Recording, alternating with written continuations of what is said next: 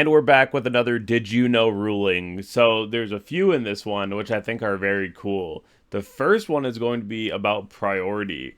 Now, Ray versus Super Poly is a very interesting one. As the turn player, you have turn player priority. So anytime that anything is resolving at the end of that resolution, the turn player will have the option to do the first quick effect.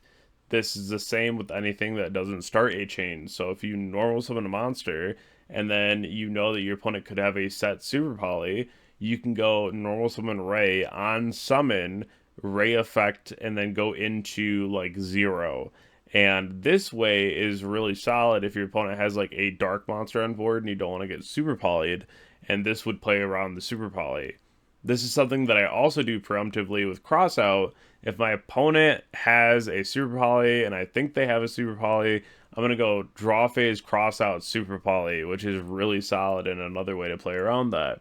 The third thing here is going to be another priority res situation. So if you don't want to get drolled, let's say you go bonfire and your opponent has a monster on board and you go add like X Riziel. On resolution as turn player priority, you can go ahead and activate droplet and pitch a monster out of your hand to negate the monster that your opponent has.